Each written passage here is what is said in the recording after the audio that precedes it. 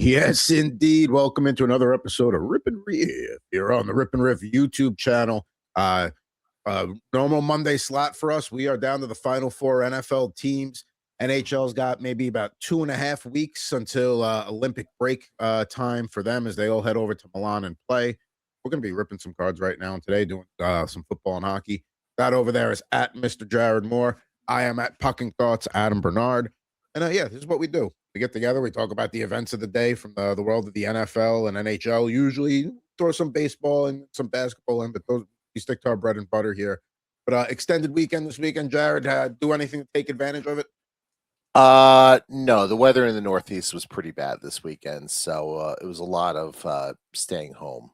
So it is what it is. But certainly not complaining. Even though last night, I don't remember if we talked about this on air or off air, but we talked about the weather in the Northeast has been a mild winter. It's like, yeah, it's gonna be 4 degrees tomorrow. So there you go. So we get to deal with that. But yeah, I mean, look, this is an exciting time of year for sports. Obviously, it's a little sad that the football is down to a handful of games now with the national championship tonight, and obviously the conference championship games this weekend, and the NBA and the NHL, and we have all that going on. And as I mentioned to you last week, I got a big Toy Wiz order in last over the weekend, so we got a lot of cards in the hopper for future episodes of Rip N Riff. So stay tuned for all that. So that's a double-edged sword of playoff football because yes, it's the playoffs, but each week's less games. And the other thing to me that is the appeal of football is on Sundays, like, all right, the national game is a blowout. If you don't have the package, if it's not a locally required one, they get you another. There's other games. You get a situation like 49ers Seahawks where it's like, okay, I can see where this one's going real quick. I didn't necessarily try to make an effort to stay awake when I was falling asleep on the couch. I just like, you know what? I got a 9:15 hockey game. I'm going to catch a quick nap instead. Like this is it. Like 100%. Yeah. That was very much, let me get some other stuff I need to get done during the week. Let me get out in front of that because this game is such a dud. We'll dive into those games more as the show's going on, but we got 2 good games this weekend and 2 duds. So we make do with what we got. Exactly. And we'll get into that over a couple of football packs today. Jared's brought some 2025 absolute football to the table. Looks like we're going to be, there's a lot of good Giants rookies over the last couple of years. It must be nice to have a New York football team that has promise. And then I'll go back to take it back to 94 with some top series one. We opened a series 2 pack here a few weeks ago, and that was a good one. And yeah, we got to talk NHL, a lot going on. I know Jared wants to give me some crap about the letter 2.0, which I think is a fantastic name for what the Rangers did. We got some 2025-26 Upper Deck Series 1 there. Maybe we'll get the Demidov Lashunov combo rookie there, like the Will Smith Celebrini one I pulled not too long ago. But are we ready to rip packs? I think we've stretched and ready to rock here. Yeah, I think we've gotten all the BS out of the way. We can get into the meat and potatoes of the show. Absolutely. Let's rock.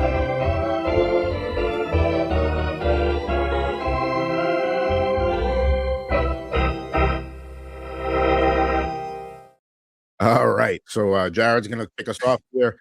You can't unsee that missing seat now that I pointed it out last week. Now it's all I think about. But yeah, we'll definitely do some absolute football packs. Picked up a lot of these. I mean, these are, cheap packs for lack of a better term. I mean, these are $3 a pack. So I picked up plenty of these. We'll certainly do them in future weeks as well. And, we start with the first one here. Maybe the missing seats on purpose. Maybe like the fire code is like, okay, the stadium can hold 4,292. So they had to remove one seat because they were at like 293. Maybe that's what it is. Maybe. I mean, it's a weird location to pick the one random seat to remove. I like to think it's like the Lisa on Ice episode where Snake uses the crowbar to remove the seat. Oh yeah, that if only he had youth hockey, maybe things would have gone different. Oh well. Yes, 100%. All right, we got our Simpsons reference out of the way for the show. We start with Devontae Smith from the now eliminated Philadelphia Eagles, and thank goodness. we can enjoy the rest of the postseason. And no, Philly would not have fared any better against well, they would have played Chicago, but they wouldn't have fared any better against Seattle either. Here's the thing: Philadelphia seems to be kind of coming apart at the seams right now. You got AJ Brown, who's likely to get traded. Apparently, Nick Sirianni said it's either him or me, referring to Jalen Hurts. So, I mean, things, the Super Bowl victory is a distant memory now. Let's say, it's not kumbaya anymore. Is it a little early for me to be taking a victory lap in the dynasty leagues for picking up Tanner McKee? Yeah, I'd say a little early. I mean, it's Tanner McKee, but I mean, listen, I love the promise there. There's the chance that Hurts is gone, and then he's going to be the guy, maybe at least for a year. I mean, who knows? Maybe a new coach coming in. Maybe they keep Sirianni, but it's a smart hold. I agree with that. If nothing else, maybe he actually has some value, and maybe you could turn him into something. Even off the potential, it's a smart hold. In a 45-man league, you can have a roster spot for Tanner McKee. Yep. We have Kendre Miller with the Saints. Obviously, the Saints not part of the postseason, as is CeeDee Lamb and the Dallas Cowboys. Although I'm not sure how much the Cowboys actually care about making the playoffs. They just want to be talked about. So it is what it is there. But since we mentioned the Seahawks, we have a rookie card here of Gray Zabel, offensive lineman there for the Seahawks, and what an absolutely dominant performance on Saturday night against the San Francisco 49ers. The only two takeaways I really have from that game, which was basically over the second the game started, because let's give John Schneider his flowers. The Rashid Shaheed trade, home run trade, and immediately paid dividends there. Literally with the opening kickoff return for a touchdown. I did say this on Saturday night. I think we saw once again why Brock Purdy is not the answer at quarterback for the Niners. And I know it's a little tough to say in a game that got blown out 41-6, but like, if you watch that game, like, no, there was a couple opportunities early where, even when they were down 17-0, where it's like, all right, if the 49ers can figure it out here and get in the end zone here, and they whiffed every time they had a chance to maybe open that door up a little bit again in the first half. Right. I feel like they're just limited by their quarterback. And it's really easy to say that, because it's like, well, who are you going to get who's better? It's like, well, I don't know who you're going to get that's better, but like, I can see what's not it, and Brock Purdy ain't it. Well, I see what you're doing here. You talk about Tanner McKay, and now you're talking about Brock Purdy. Maybe Purdy gets booted out, and they trade Purdy somewhere. They take. I see what you're trying to do. You try to inflate. It's not just that though. Like, you see that with these teams making head coaching changes. Like, after Harbaugh was at Baltimore forever, they decided that it was time to make a change. Mike Tomlin was there forever with the Steelers. He decided it was time to move on. It was time for a change there. And now you have the Buffalo Bills this morning announcing the firing of Sean McDermott. Which I get, because they've been close a lot. They can't get over the hump. So the natural thing is to change the voice in the room. Like, it's right. Old as time.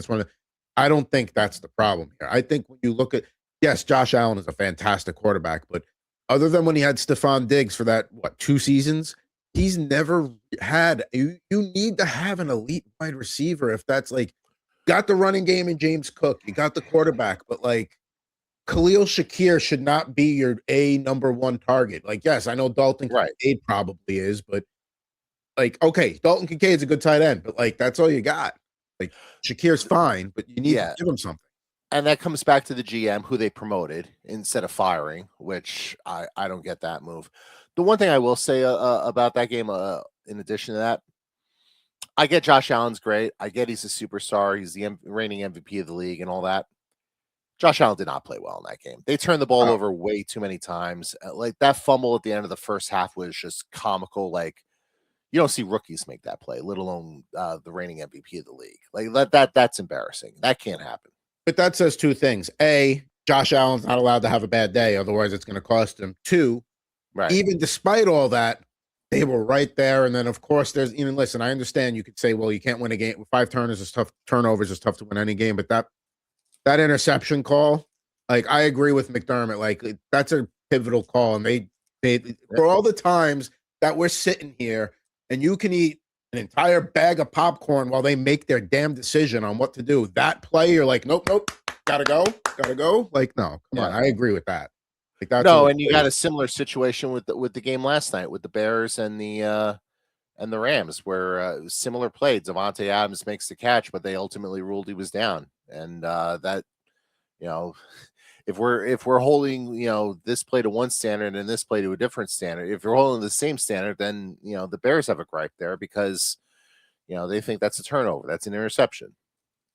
Well, you know, listen, officiating is always a thing with the go back to just to put a wrap on Seahawks Niners. The last thing the 49ers could have had was giving up the opening kick. Like, the only way they were going to hang that game is they keep it close and tight, and then you just spot them at 7-0.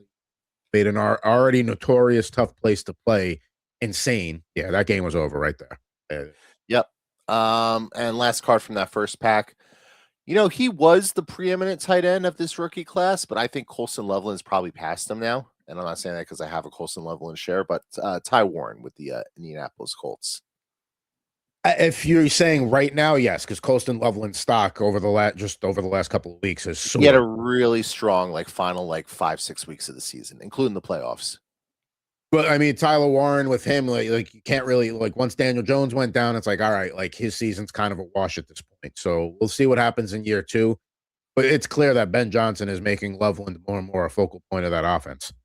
Yep. So and the Bears will be back. Like, they'll be fine. It's funny. Like, I always said throughout the year that I thought the Bears were fraudulent, and I feel like for the most part we've gotten all the fraudulent teams out of there except for one, which we'll get to in a little bit. But we have a second pack here, Jackson Dart rookie card. We always like to see that. Say that's good for you. Yeah, it's good for me. And the Giants, in a Utah Mammoth hockey game the other night, because you can't see quality hockey in New York unless you go all the way out to Long Island, and nobody wants to cross 2 rivers to do that if you could just fly to Utah. So good for Jackson Dart. So wait, Jackson Dart flew to Utah to watch. He was in Utah watching a Mammoth game the other night. I don't know. He was there. Is he from Utah that he has a connection there? I have no idea. He's not my franchise quarterback. He's your franchise quarterback. You should know these things. I just find it surprising, but I mean, it's what it is. I mean, maybe I don't know if he's from there or not, but hey, listen, like he must be, because he was rocking the jersey. He wasn't just there like in street clothes. Like, he had a black Utah Mammoth jersey on. Showed him on the screen at some point. So I don't think you would give that treatment to some random starting NFL quarterback unless they were from the area. Like, if I don't know, Tanner McKee showed up, like, I don't think it. All right, that's enough Tanner McKee for one show. Marvin Harrison Jr. with the Cardinals. Obviously, the Cardinals still have a coaching vacancy. By the way, the Giants made it official with John Harbaugh over the weekend. So there you go. Hey, maybe that's where Sean McDermott goes, because you got to assume he's going to be one of the top, like one of the more coveted names out there on the market right now. If everybody thinks Tomlin's taking the full year off and he can't be swayed from that, McDermott now goes to the top of the list, I think. I thought it was pretty funny that I saw one of the top candidates for the Bills job was Brian Dable. Wouldn't that be something? Hey, that's what it is, though. Like, this whole cycle is going to be recycled coaches, though. Like, because it sounds like Matt Nagy might get a job. It sounds like, obviously Kevin Stefanski got the Falcons job. You don't hear a lot of college coaches getting getting thrown in there. Like it's a lot of coordinators or head coaches that just got fired within the last year or so. Like, I'm starting to think the only unique head coach this cycle might be Jeff Hadley from the Packers, because it sounds like he might get one of these jobs as well.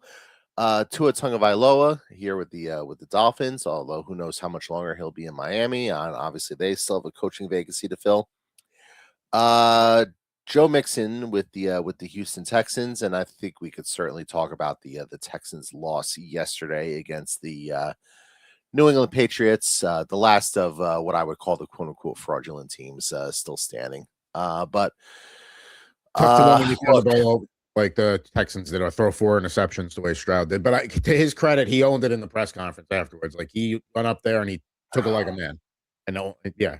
I mean, yeah, that's all well and good, but like, you threw 4 interceptions, and that's not the first time Stroud has played poorly in recent memory. Like, Stroud hasn't been good for a bit now, and like, I'm not saying it's time for them to to make like a permanent quarterback change, but like I was surprised that like he was so bad. I was surprised that they didn't go to Davis Mills at all during that game. And the Even other thing just I'll like add a with series, just like to get Stroud off the field and like talk to him. Yeah, like I was agreed. They should have at least did it for a series just to, you know.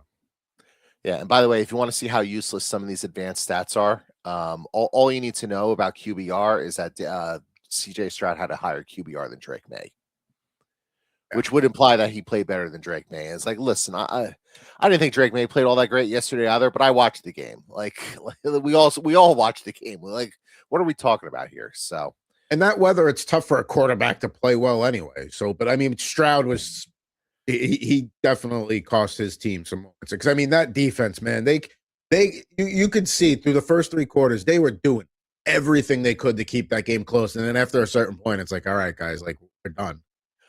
D'Amico Ryans looked like he wanted to wring somebody's neck.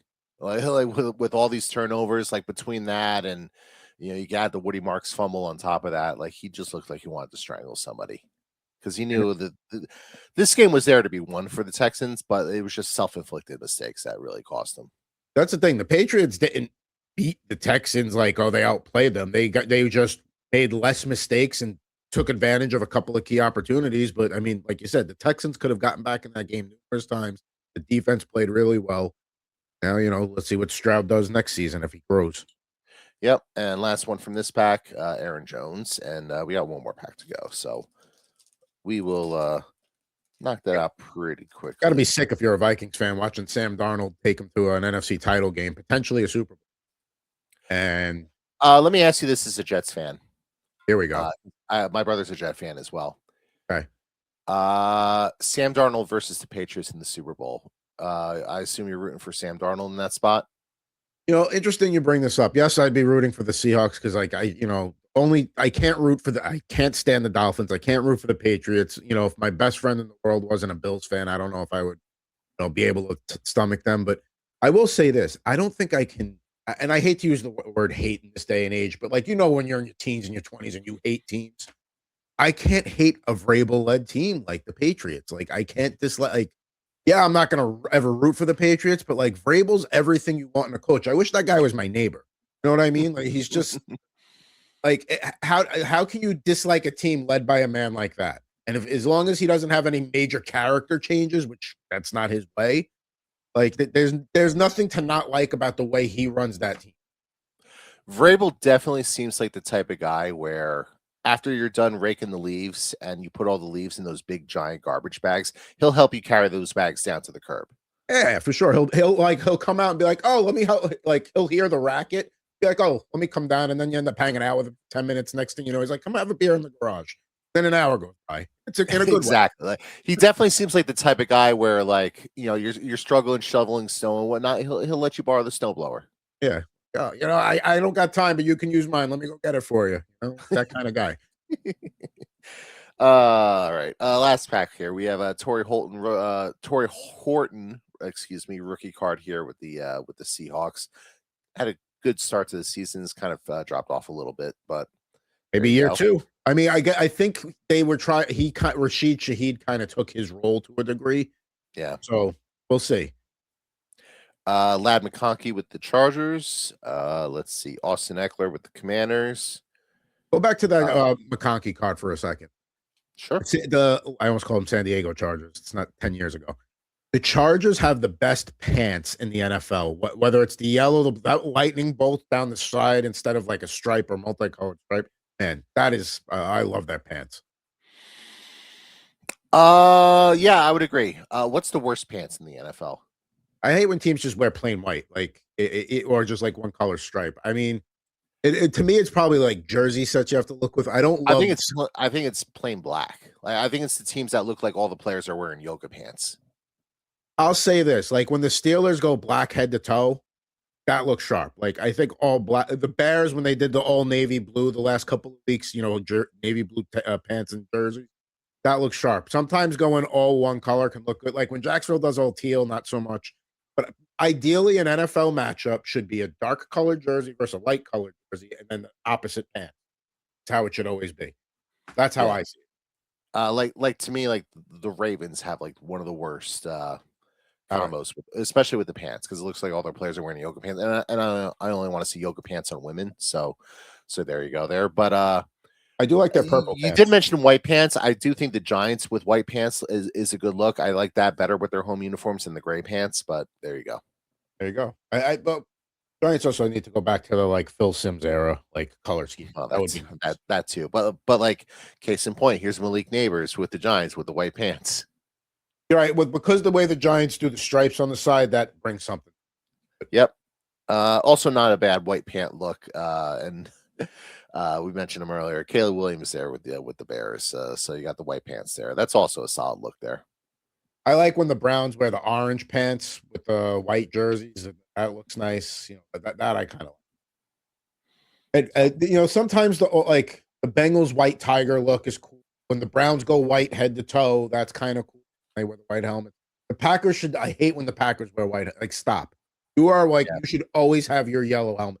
You want to do a reverse green one time, sure, but no, stop. No, these teams definitely overdo it with the third, the second alternate helmet, alternate jerseys. They definitely the Jets Gotham jerseys were terrible this year that they wore against the Dolphins. I don't like the Bills with the silver helmet, like the silver buffalo. I get it. You want to play into the snow. Be in Buffalo.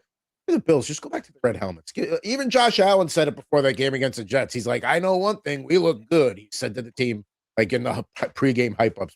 Come on. Give the people what they want. They refuse to give the people what they want. They don't. Not with the football pants. So there we go. Some Panini Absolute Football. Not too bad. Pretty good. Pretty good rips there. Not too shabby. I got my money's worth. That's how I always look at this. I get my money's worth. All right. So after one kind of football card, now we're going to go back to 1994 Topps. Oh, nice. Yes. Let's reminisce about Steve Young. That was one of the biggest blowouts in Super Bowl history. The 94-95 Super Bowl Chargers. That it certainly was. That was my introduction to predicting sports games wrong. Because everyone was like, oh, yeah, the Niners are going to kill him. And I was like, maybe the Chargers have a chance. Nope. I remember as a kid, the first Super Bowl that I remember was 24 Niners Broncos. And my uncle tells me now, he's like, you were telling everybody, bet the house on the Broncos. How'd that work out for you? I was like, anyway. All right. So we start with 94. We get the West Coast Rip Cam up. It's not the low key MVP of the show here. Let's see here. We'll get I'm back to the Jets logo. We'll see what they do here. They didn't get rid of Glenn. I'm one of the few that doesn't hate them. All right. So one of the better offensive linemen of the 90s, but does not do well at moving around marijuana. Nate Newton. No, he doesn't. He's not as good of an offensive lineman as he was. He's terrible at transporting drugs. He's just incapable. Maybe don't it was how many hundreds of pounds of weed. It's maybe moving smaller increments. I don't know. It's just me. Just to change the subject, the Cowboys silver pant look is also a really good look. Yeah, of course. I mean, but that's they've had that look for 40. But there are certain teams like the Cowboys, the Raiders, Packers, never change. Steelers don't ever change. You don't tweak the logo. Don't change. Don't just leave it alone. You got perfection. Stop. Raiders, especially silver and two colors. They don't even need a third color. Silver and black, baby. I do love the little gold inlay here. These Top Series one here. We got another. We got a Falcon here. Tony Smith. They hire Kevin Stefanski. So we'll see how that goes with Michael Penix down there. But I mean, Stefanski was probably the second most popular name on the market after Harbaugh.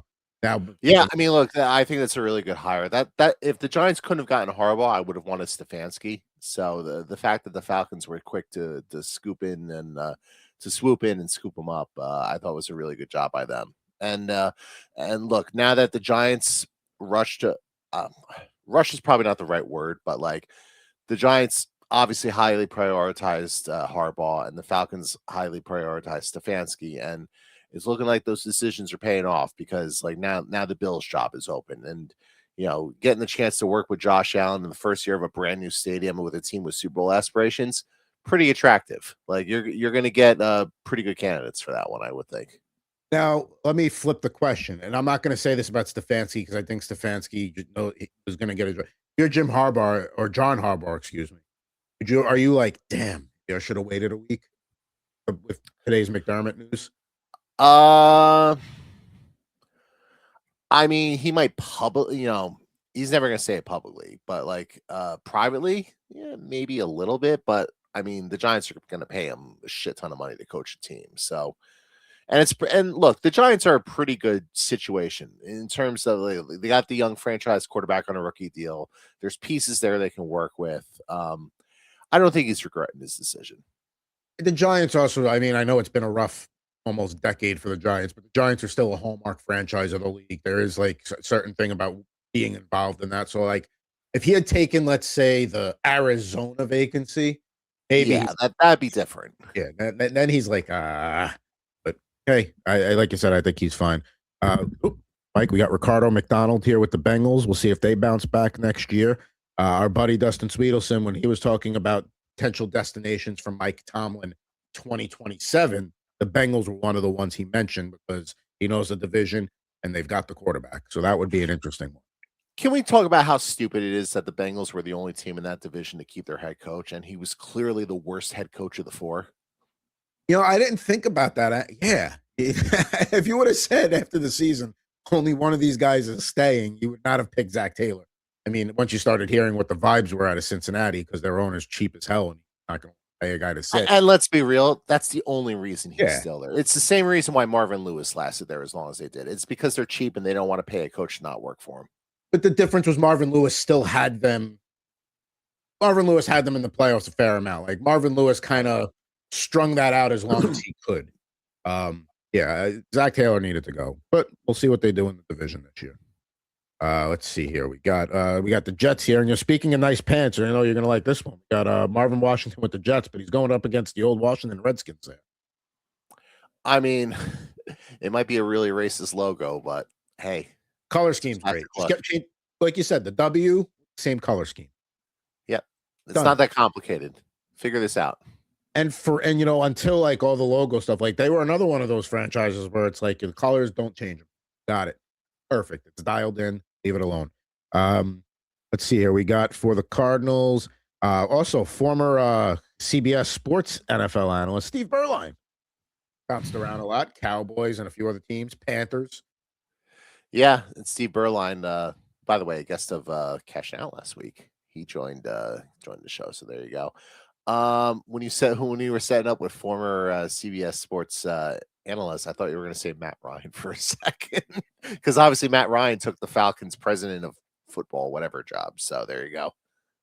All right, so that's not what the title is. It's not president of football, whatever, but you know what I'm trying to say.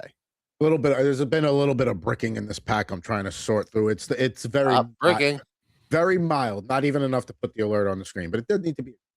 So now we go to the Dolphins. We'll see what they do. Here's JB Brown, obviously coach and quarterback. See, I did see some rumors about like the Jets kicking the tires on Tua. I'm like, no, stop.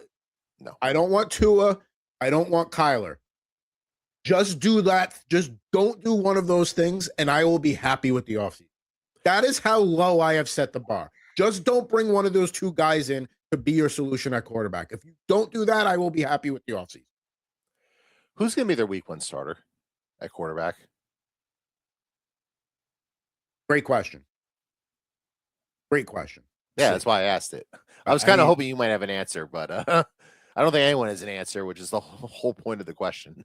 Well, I think, up until Oregon lost to Indiana, like, it was going to be Dante Moore. Yeah, it was going to be Dante Moore, but now Dante Moore decided he didn't want to be a Jet. Well, maybe not that he didn't want to be a Jet, but you know what I'm trying to say. I'm sure there's a little bit of that in his motivation to make that decision. I'll say this, Dwayne. I know that they're talking about maybe using the Colts pick on Ty Simpson out of Alabama. And even if you did that, I don't think he should be a week one starter. That's a guy that you have a veteran to start the year. And if you want to do a handoff in season, kind of like the Giants did with Dart, but listen, Russell Wilson kind of made that happen probably earlier than they wanted.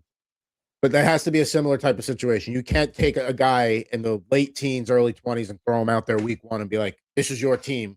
You have Garrett Wilson. Go. Right. Hey. I would watch more Ty Simpson tape if I were the Jets, because he did not look good in that Rose Bowl against Indiana. Like, he looked like he was scared to push the ball downfield. No, the only they're not going to get Mendoza. The only college quarterback I think I would want if I were the Jets would be Chambliss, but he seems more interested in trying to be the next Van Wilder and stay in college for 7 years. Yeah, and that to me, like, I don't like that's fine. Like, live your life, do it. Like, I don't know if I want that with that kind of mentality in my quarterback. I want my quarterback to be when you're the guy thinking you're getting to practice early, you see your quarterback's car is already there and it looks like it's been there for a couple hours. That's what I want in my quarterback. Yeah. So there we go. We got the Raiders here. We got Winston Moss. We'll see what they do with their coaching vacancy. Oh, Pete Carroll, obviously. Another former Washington player. Got Kurt Covea, middle linebacker there. Look at those shoulder pads. Those are they don't make shoulder pads like that anymore. I mean, you have to be a man to put those pads on. Get them on over the head and everything. We got the Seahawks. Would love to see them dust off this look, but they probably won't. There, that is Rod Stevens. Don't even know who that is, but love the look. They pulled that look out earlier this year, didn't they? Yeah, but I'm saying for like one of the remaining 2 games, that would be nice. Oh no, they're not going to do that. But yeah, I mean, it's a classic throwback look. Classic though. Now this is where we get the cool, like, reflective hollow card, but it's a piece of shit human being. David Meggett, great player in his day, just not a great human being at all. Yeah. Look at that, Giants with white pants, classic look. Classic look. With the Giants on the helmet. Now we do wrap with a Junior Seau card, so go from polar opposites of the spectrum of human beings, from scumbag to unfortunately somebody that left us too soon. Just great player on the field and off the field. And then we closed the game. I closed this football pack. I guess appropriately, we talked a lot about the Bills and Josh Allen. There's Jim Kelly. Speaking of Buffalo failures, see, there's a white combo look that I don't like there. Wear your blue pants or your red pants there. But at least they have the red helmet there. And now Jim Kelly has something else in common with Josh Allen, and that neither one can seem to get over the hump in Buffalo. No, I mean, you know what's crazy though is, like, you talk to like the Bills fan base, and as badly as they want to win, they love Josh Allen so much. They're like, even if my buddy has said, even if he doesn't ever get them a Super Bowl, he'll never be mad at Josh Allen. Like, he is. No, they know he's a special player. Yeah, he is so. Like, he would have to like run over a puppy and throw it over like Niagara Falls to like be hated in Buffalo. Like that, it would take that. No, and he seems like Josh Allen's easy to root for. Like, he seems like a really nice guy. Now, I may be judging that off of like commercials and stuff like that, but like, Josh Allen seems like a chill dude. Like, if Josh Allen were to like walk in like right now and just join us on the show, which obviously will never happen, but like if he were to do that, like I feel like, like he'd be a sweet guy and like, be genuinely like thrilled to be there and part of the conversation. Oh, funny you should say that, because joining. Can you imagine if I had that kind of pull and I didn't put him on our day job, we'll call it, or our night job? I would put him on Rip N. Anyway, yeah, he probably would have a good time on Rip N. I actually drove through his hometown of Firebaugh, California, because we had driven to Disneyland last year instead of flying. And on the way home, there was like a wildfire that like derailed us like in this like roundabout way. And then as we're driving, I see a sign for Firebaugh. I'm like, oh, Josh Allen's hometown. I'm surprised they don't have a sign that says home of Josh Allen, because there's really nothing else there. I'm not going to say it's a small town. Like, you would know better than me since you've actually been there. But like a lot of like these smaller towns that you haven't heard of they're very quick to be proud to be like, hey, yeah, this is the home of whoever. And like rightfully so. Like, that's who they put on the map. Like, they're never going to do that for West Havershaw in New York with me. I mean, maybe one day. I mean, you still got time. Maybe you'll get a rest stop named after you. I know they do that in Jersey. Maybe somewhere along like I-87, you'll get one named after you. Oh God, that would rock. Yeah, they should do that. Maybe like the one between exit 17 and 18. I used to go to that one all the time because I went to. All right, now it's time to. We got a couple of games to break down here for our conference championship weekend. Let's give our picks out.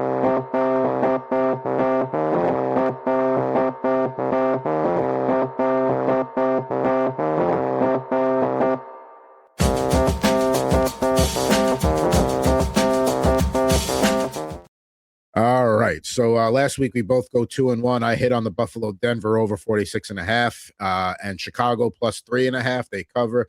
San Francisco +7 didn't quite get home.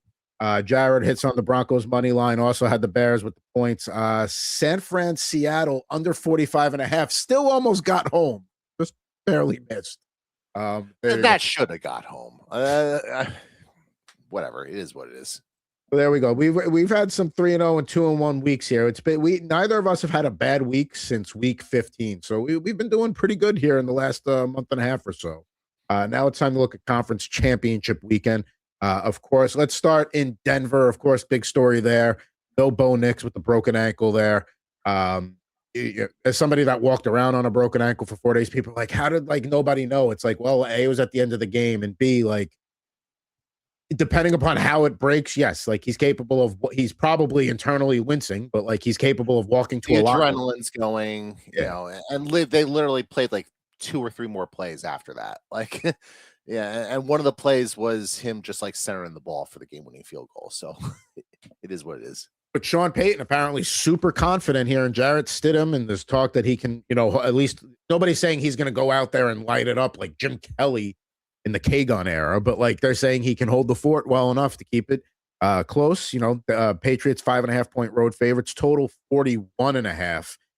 What are your thoughts on this game initially? I know a lot of people may say Broncos to cover, but Patriots to win. I'm kind of in that boat, but I don't know. Maybe the Broncos defense can step up and maybe take it for a week here. Well, the Broncos still have a lot of advantages in this game. I think, and we love Mike Vrabel. I think they have the coaching edge in Sean Payton. I would take Sean Payton over Mike Vrabel in terms of head coach. It's close, but I would lean that way. I would take the Broncos defense. I still have the Broncos running game. There's still a lot of talent on that Broncos roster, even though without the quarterback. And look, I mean, I feel like we talked all year about how we thought the quarterback kind of, being limited kind of capped their upside. I don't know that there's that much of a drop off from Bo Nix to Jarrett Stidham. Maybe, a little bit of a drop off, sure. But to the point where if Bo Nix was healthy and playing this game, the Broncos would be favored by 3. At least. And now the Broncos are getting 5.5 points. I don't think there's an 8.5 point swing there with the quarterback. So, I would agree with you. I would take the points of the Broncos, and I wouldn't be shocked if they won the game outright. I think for them to win the game, you're going to need a Patrick Surtain pick 6 at some point, something like that. You're going to need a huge defensive play that swings the game, but the Broncos defense is capable of it. I mean, yes. And here's the thing. The Patriots, for the second week in a row, going up a really tough defense. And yes, they emerged victorious yesterday, but that was because the Texans offense couldn't come up with something when it mattered or hold on to the ball long enough when it mattered.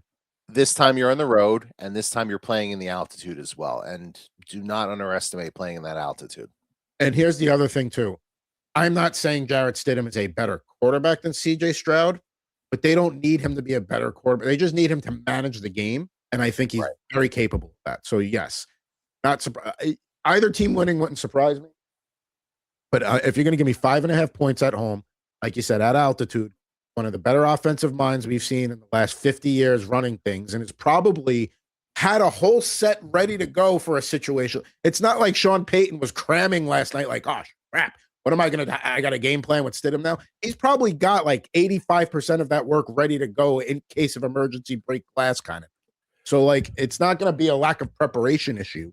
So, yeah, I'm going to take those points. That's a lot of points. If the Broncos defense was mid, then it's all right, fine. Yeah, give me the points there. Now, anything on the total? Because I might actually lean over here, despite the fact that both have good defenses, 41.5. I could see a 23-20 kind of game. So I would lean. It's not my favorite play, but I would lean over. I'd probably lean over as well, but I don't feel strong enough about it one way or the other. All right, so there you go. So we are both on the Broncos with the points. Don't love the total. Jared doesn't have a lean there. I lean over. Going to the marquee matchup of the weekend. Now, the one we all been saying we wanted, after that Thursday night affair, Rams Seahawks. Well, we're getting it again. 2.5 point favorites there. The Seahawks at home. It's they opened a 1.5 and it's been up to 3. Now it seems to settle in that 2.5 range. Total is 47.5. That I think you're going to get a more. I think that could be like a 24-20 kind of game. I would lean under there. I'm going to take the Rams with the points on the road, but I fully acknowledge that they have not looked that great over the past, say, month. And this is not a knock against the Seahawks. The defense is playing well. Sam Darnold's playing well, but they're also not going to face a team that is as nearly banged up as the Niners were, number one. And two, I don't think that the Rams are going to spot them a 17-0 lead out of the gate to make it easy on them the rest of the way. So Rams in the under here for me. I think the Rams are the better team of the two.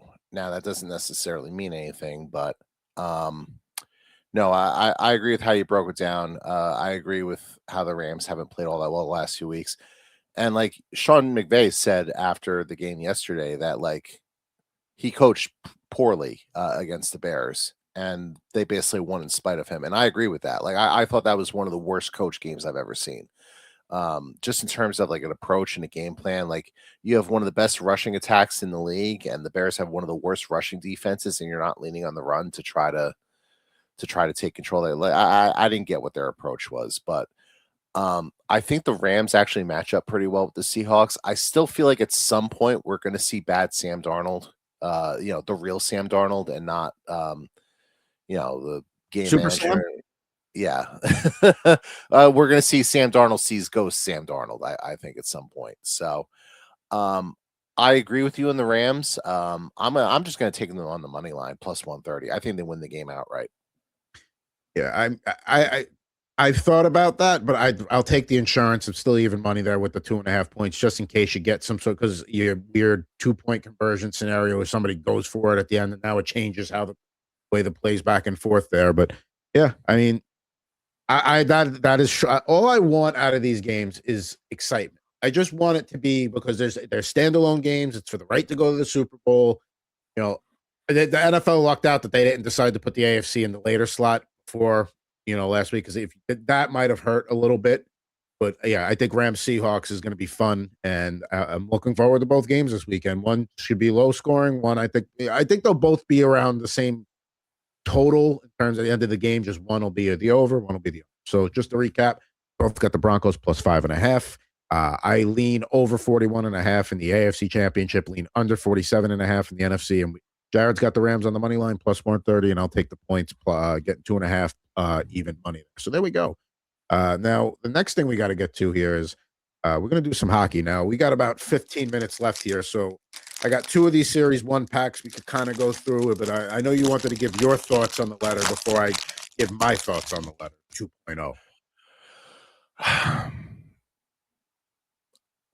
Did you really have to do another letter? I guess is the first thing I thought of when I saw that they did that on Friday, because I'm not going to say they literally just copied and pasted what they put out like 7 years ago, but like it was basically like all the same notes. It wasn't even as thoughtful. It was like less. It wasn't. Yeah. We're going to trade some players that you've grown to love over the years and like all that sort of stuff. It's interesting they said the term retool and not rebuild, which I don't know what the Rangers really have to rebuild around that you could necessarily retool. Shesterkin and Fox, that's it. Correct, but like that's Shesterkin's 30 and Fox is 27, and if you're going to retool like and rebuild through the draft, like it takes a while for first round draft picks to mature and like become NHL players. And by the way, like one of the biggest complaints with the Rangers from their own fans over the last however many years is that they do not do a good job of drafting and developing players. So it's an interesting strategy. Like if they're gonna go down this road, they should completely overhaul like everything they do in that department, because like it clearly hasn't worked. So, but like the only other thing I'll say about this is I don't really know what they have to sell aside from Panarin, because they'll get a lot for Vincent Trocheck, I think, if they make him available, because it's a good contract and he's very much a playoff type player. But like, especially if he has a good Olympics too. Sabinajad's had he's had a better year, but that's still a big contract. JT Miller has not had a great year. That's a big contract. He's also their captain, which complicates matters. Alexei Lafreniere makes a lot of money. He's not nearly worth $7.5 million. You just go up and down the roster, like, what are you getting for Taylor Radish or Sam Carrick or like you'll flip those for 6th, 7th round picks at the deadline for teams that need 4th line grinders to fill it out, and that's fine. But like that's not right. But that doesn't really move the needle, though. And exactly. like, you're going to trade Braden Schneider, I guess. Like, his stock has not been great lately either. So like you're not selling him at a good value either. Right, like their best chip is probably Trocheck, and I know you could say Panarin, who they said they're not going to offer a contract to, but that Panarin, that's still a huge number, and he has a no move clause, so he gets to dictate where he wants to go, and that kind of limits the market to some extent. I think he's going to end. I think Detroit, if they continue to just be at the top of the Atlantic, I think they're going to reunite him and Kane. I think that's what's going to happen there. There's a lot of I saw somebody release an article the other day, like, typical landing spots for Aaron. It was all like all the ones you would expect, Vegas and stuff like that. I'm telling you, Detroit.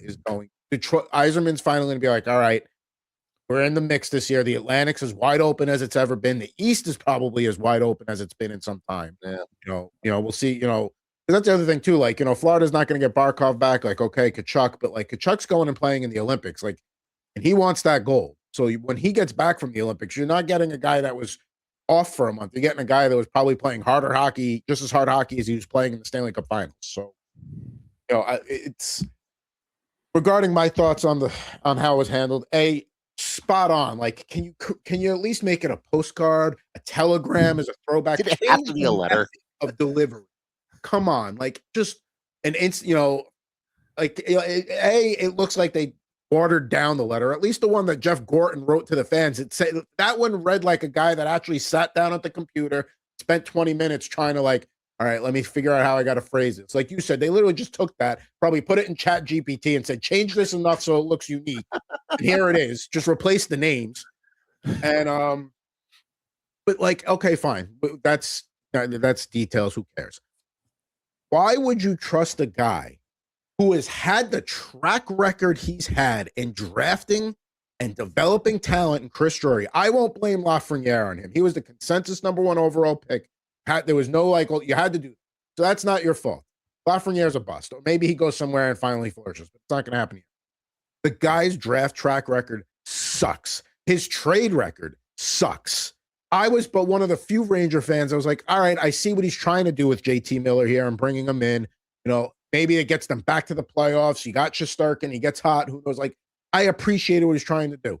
It failed. It blew up in his face miserably. And this is the guy you want to give the keys to do a retool? Get the fuck out of here. This is the problem with Jim Dolan. Is if he likes you and he all you have to do is go to what is his band? JD and the Straight Shots. Chris Drury is probably smart enough to know, hey, I just show up to 1 or 2 of these gigs and I'm in for life with this guy, because that's how Dolan operates. He's a freaking moron. And to give the keys, let's start going through the rest of the pack. Because this is going to set the Rangers franchise back the next 5 years. And I hope I'm wrong. But whatever you get for Panarin and Trocheck, that's great. But if he's going to squander it, then who the hell cares? Give me a reason to have confidence that Chris Drury is going to get it done. I understand that as a player, he was the guy that you put him in clutch situations. He finds a way to contribute, makes things happen, makes a difference. He's not as a GM. He sucks as a GM. He shouldn't be the GM. Get him out of here. Anyway. The only good thing Chris Drury has done as the GM of the Rangers is find a way to weasel out of shitty contracts, which they did with Goudreau, which they did with Trouba. And look at all the good that did. All that did is make the locker room and I'm the first to say the locker room needed to get over it. But if the fallout of that is going to be the Rangers going in a 2-month slump where they beat you and 3 of our friends probably could have beat them, then what's it worth then? Fine. He's good at getting rid of the bad contracts, but he doesn't do anything. He just fucks it up again. Right. So, no, it's certainly a mess. And I don't know. I feel like this is going to last like the last Ranger quote unquote retool, where they're going to be rebuilding until they convince a top free agent to go there. Like they did with Panarin when they bailed. And that's basically what happened is Artemi Panarin wanted to sign there. Adam Fox basically said, like, I only want to play Forced his here. way to the Rangers, yeah. And they got traded there. And, Jacob Trouba did the same thing in Winnipeg to an extent. And, like, rebuild was over as soon as that happened. And all you had to show for it was, a couple Eastern Conference final appearances, and that was about it. Don't get me wrong. You ran into the Panthers. You ran into the Lightning. You ran into two of the better hockey teams of the last 20, 30 years. Like, yeah, but bottom line is you didn't get it done. You didn't get it done. And when it was let's be real, a lot of those teams were leftovers from the Gorton regime, which doing well in Montreal. What have you done since you've done? The team has gotten worse under your leadership, not better. And it's all on you. It's not, other than Lafreniere, it's all on Drury. Thank God the Sharks are playing well and might make the playoffs this year, because I might not be watching hockey the rest of the year if that was the case. The Rangers are pathetic. Got Mike Matheson, speaking of the guy, Jeff Gorton and the Canadians there. Kraken, Shane Wright, they're hanging around. I don't know if they make the playoffs, but they're certainly that Pacific Division. But I mean, Vegas is probably going to win with they added Rasmus Anderson, but Edmonton right there, LA, the Sharks, the Kraken, those are all in the mix for that, though. Those 2, 3, and 4 spots. I did not buy the Kraken's approach this offseason. It turns out I might have been wrong. And maybe Francis isn't the GM there anymore. It's now it's Botterill. Mm-hmm. Now Botterill's the GM, but like I didn't like their approach this offseason, but it looks like I might have to take the L on that one. We'll see. I mean, it's still a few months left, but Seattle, they move out Marchment. They're trying to make things happen. Tolvanen's been playing well. Beniers, Stevenson, they're getting contributions. Goaltending's been good. Nazem Kadri there with the Calgary Flames. We'll see what they do. We talked about the Rasmus Anderson trade, so they send up their big piece. He'll probably be the next guy to go in Calgary. It's probably either going to be him or Blake Coleman would be my guess. And listen, I know Vegas overpaid for Rasmus Anderson, but you got the Olympic freeze coming up, and then the trade deadline's not too long after that. If you know you got a need and you got to address it, and you get more benefits out of it by getting them now versus waiting 5 games, 6, whatever it is. If you're Vegas, and they've proven it time and time again, they're in win now mode. They're going to do what they got to do. They screw the draft pick, screw this. We're going to for it. I can't fault them. I think it was a smart move to get ahead and get the best defenseman off the market that was available. We got Jared Spurgeon, the Wild. Jesperi Kotkaniemi with the Hurricanes. Leo Carlson, but things getting worse for Anaheim. They go into a slump, and now Carlson out 3 to 5 weeks. So that's not what you want to hear if you're a Ducks fan. The season that started off so well has just kind of gone completely the opposite over here last month or so. They sound like a team that could use an Andre Palat. We should make that happen. I don't know if Andre Palat's quick to them, but appreciate you trying to peddle him out to for your own purposes. Pavel Dorofeev there, power play stud. Get you a lot of shots on goals in fantasy hockey. We got Darren Radish with the Lightning. Let's see, Alexandre Carrier with the Canadians. Shout out Christopher Merez. We got Quinn Hughes, Upper Deck Portraits here. Pick last Canucks card there, or one of his last Canucks cards. And we wrap the pack. We got Young Guns, Donovan Sarango, Senators. So pretty good stuff there. We got one more pack I'm going to go through super quick because I got a feeling maybe we'll get something here and then we'll wrap it up. We got Vladimir Tarasenko with the Red Wings, now with the Wild. Let's see here. We got Dylan Strome with the Capitals. Sean Monahan with the Blue Jackets. They seem to be start the coaching change there. They get rid of Dean Everson. They bring in Rick Bowness. Seems to be helping them at least out of the gate there a little bit. Yeah, it's funny how another team didn't take the strategy of let's just do nothing and we'll hope our fortunes change. It's funny how now Columbus, they fired their coach and now they go on a winning streak. So I'm definitely not bitter as a Devils fan. And they're not going to threaten the Devils at all in the Metropolitan. I don't, nothing to worry about there. We got Mark Kastelik here with the Bruins. So apparently they were the other big team in on Anderson, and the difference was that they would not take him without the contract extension, and Vegas would. And that was basically the difference on why he went to Vegas and not Boston. So see what Boston Smart does. On Boston's part. Agreed. So we'll see what they try to do now that they're out on that one. We've got John Beecher with the Bruins there, back-to-back Bruins. A2 Luosterainen, one of the more underrated players there for the Florida Panthers, just one of those like Swiss Army knife guys that gets it done. We got Pierre-Luc Dubois, who's had a nice little bit of a resurgence in the nation's capital. Andrei Vasilevsky, of course, workhorse goaltender for the Lightning, although Johansson's been all right. Like, they should be able to play Johansson a little bit down the stretch just to give Vasilevsky some breathers heading into the playoffs. Let's see here. We got 4 more cards to go. Got Oscar Sundquist with the Blues, who are having a terrible, terrible season. Another young guns here. Dylan Duke, Tampa Bay Lightning. Sizzle reel here. We got Nazem Kadri. So it's, if you're a Nazem Kadri fan, you're glad you tuned in today. If you want these cards, let me know. I'll send them to you. Sizzle reel there. And then last but not least, we've got a beautiful little encore here. Tim Stutzla with the Senators. So that's a nice little card to close the pack. Yeah, it's a pretty strong pack there. All right. Still got a few more of those in the box that we'll wrap up there. So there we go. That's it for this edition of this Upper Deck Series 1 packs. And that'll also do it for this edition. Rip and Riff here on the Rip and Riff YouTube channel. And of course, for more of Jared's takes on the Devils, what do we got coming out at allaboutthejersey.com this week? I'm writing this week about what a trade for Dougie Hamilton and or Andre Palat might look like, because it sounds like those are the 2 names they're trying to move. And I'll say this, I was against bringing Dougie Hamilton on board for San Jose because I know that was one of the big places that was maybe had something done and he didn't want to go. But they waived Nick Leddy last night, thank God. And he's been atrocious for them this year. So glad they cleared that space out. Maybe that's a preemptive move. Maybe make some space for Hamilton's contract. Who knows? All Devils trade deadline stuff over at allaboutthejersey.com. And Jared, more poker. Got some. I know. How far ahead are we on content there? Shorts are done through the middle of February. So and more in the hopper that have to be produced. So we'll slowly chip away at that over the next week or so. Jared getting ahead for Valentine's Day, very important there. Gotta be for. I mean, that's also super time. And of course, at Total Hockey now on Thursdays, 5 o'clock Eastern, 2 o'clock Pacific.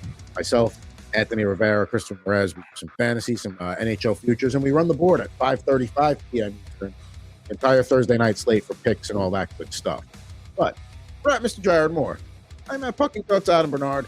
Back with you next week. Little Super Bowl preview edition of Rip and Riff here on the Rip and Riff YouTube channel.